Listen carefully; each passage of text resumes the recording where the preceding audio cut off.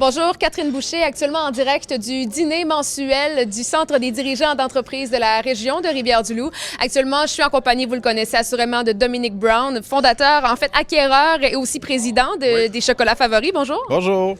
Il faut dire que Chocolat Favori célèbre ses 40 ans cette année, donc fondé en 1979. Chocolat Favori qui se distingue encore une fois avec de nombreuses innovations. On parle tout à l'heure des pâtisseries éclatées qui vont sortir dans les IGA, calendrier de l'Avent qui sort de l'ordinaire, une panoplie de trempage chocolaté.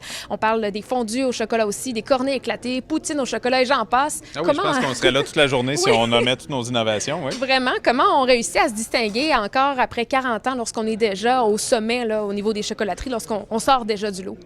Bien, je pense qu'il faut avoir, premièrement, la bonne équipe. Il faut savoir s'entourer des bonnes personnes. Puis après ça, il faut bâtir une culture d'innovation. Il faut laisser les gens réfléchir, il faut leur laisser le temps d'arriver avec des idées parce qu'on peut être surpris des fois dans nos organisations, les idées, ils sont là, mais si on a bâti, par exemple, une culture d'entreprise où les idées viennent toujours des mêmes personnes, les gens n'oseront pas les dire, n'oseront pas communiquer. Fait qu'il faut avoir une culture d'ouverture, il faut avoir une approche à l'innovation, il faut exiger l'innovation, il ne faut pas se contenter d'une idée qui est une copie d'un concurrent ou autre chose, il faut vraiment arriver avec quelque chose de nouveau. C'est un nouveau que vous faites très bien d'ailleurs. On essaye de faire très bien, oui, effectivement. Vous avez toujours su que vous alliez être entrepreneur déjà à l'âge de 17 ans lorsque vous avez fondé Beenox, une entreprise de jeux vidéo. 15 ans plus tard, les chocolats favoris, pourquoi avoir passé des jeux vidéo au monde du chocolat? En fait, moi, c'est arrivé un peu par hasard. Pour moi, l'univers du chocolat, je l'ai connu d'abord en tant qu'investissement. J'avais acquis la chocolaterie de l'île d'Orléans, ensuite Chocolat Favori. Et quand est venu le temps de quitter l'industrie du jeu vidéo, je me suis dit au début, je vais prendre un an de congé, je vais relaxer. Puis finalement, je m'ennuyais tellement. Mais je ne pouvais pas retourner en technologie à cause d'une entente de non-compétition d'une année.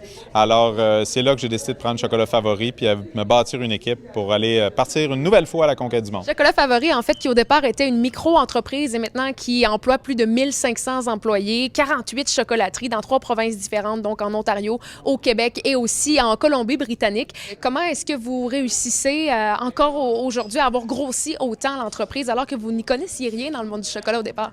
Non, en fait, il faut savoir s'adapter, parce qu'au début, quand on a démarré, on avait, toute notre production, par exemple, était encore très artisanale, c'était tout petit et tout. Puis ça a été d'abord de se donner un objectif. Nous autres, on s'est donné un objectif tout simple, c'est devenir une marque de chocolat reconnue partout à l'international. Alors déjà, en partant, c'est un gros objectif. Puis après ça, on a décliné ça en sous-objectifs. Puis on s'est dit, la prochaine étape, ça va être de se rendre à tel niveau. Puis on a bâti une organisation au fil du temps. Plus on grossissait, on s'est adapté nos processus, adapté notre organigramme pour réussir. Puis là, on est justement dans une phase d'adaptation pour être prêt pour la prochaine étape. Pour la prochaine étape. Et là, on parle déjà aussi de nouvelles entreprises, en fait, de nouvelles chocolateries qui vont ouvrir dans les prochaines années, même dans les prochains mois. Est-ce qu'on pourrait en voir une ouvrir éventuellement à Rivière-du-Loup? Ah, c'est sûr qu'on va en avoir une ouvrir à Rivière-du-Loup. C'est toujours la même chose. On cherche le bon local et la bonne personne. Puis on pense être très proche de cette combinaison-là actuellement. À surveiller. À surveiller, oui. Et là, vous avez 5 enfants, vous l'avez dit tout à l'heure. Comment est-ce que vous réussissez à gérer tout ça en étant père de famille également? Ah, je pense que je fais mon possible. Je réussis pas tout le temps, mais je pense qu'il faut se donner des limites à un moment donné. T'sais, moi, les soirs, fin de semaine, je les réserve toujours à la famille. C'est pas, je travaille à peu près jamais en dehors de ces heures-là, mais je me lève extrêmement tôt le matin. Alors, ça vient compenser. Puis je fais beaucoup de choses, incluant mon temps personnel. Je le prends le matin quand tout le monde dort encore. Okay. Puis je réussis à, disons, établir une balance de vie à travers tout ça. Là. Puis là, vous allez prendre part à la 2e saison aussi des Dragons. Est-ce que vous diriez la 3e saison? OK. Fait que vous avez fait 2 saisons, ça va être la 3e. Oui. Est-ce que ça vous inspire aussi des nouveautés de rencontrer une multitude d'entrepreneurs? Oui, c'est inspirant parce que là, pour cette saison-ci, par contre, je ne serai pas un dragon régulier parce que justement, c'était rendu un petit peu trop demandant, mais je vais être un dragon invité, donc je vais participer à 2 émissions. Mais je trouve ça super inspirant parce que moi, l'entrepreneuriat m'inspire. Juste quelqu'un qui a osé faire ce saut dans le vide-là, d'une certaine façon, puis de réussir à tout risquer parce qu'il y avait une idée ou il y avait une passion qu'il voulait vivre. Je trouve ça excessivement motivant. Fait que de voir des gens qui viennent te parler de leur projet et tout, puis si je peux les aider, ne serait-ce qu'en leur donnant quelques conseils, là, j'aime bien ça. Justement, comme mot de la fin, qu'est-ce que vous aimeriez dire aux entrepreneurs, aux futurs entrepreneurs qui nous écoutent actuellement? Bien, en fait, J'aurais plein de choses à leur dire, à vous dire essentiellement, mais honnêtement, c'est de bien s'entourer, pour vrai, parce que c'est ça qui fait toute la différence. Moi, si j'ai réussi dans le domaine du jeu vidéo, oui, c'est vrai, je connaissais un peu, mais c'est parce que je suis allé me chercher des gens que je savais qu'ils allaient devenir vraiment meilleurs que moi là-dedans, puis qu'ils l'étaient déjà dans plusieurs cas. Dans le chocolat, c'est la même chose. Je le disais tout à l'heure, si je réussis quoi que ce soit dans le chocolat, c'est parce que c'est pas moi qui fais le chocolat, parce que je connais pas ça, le chocolat.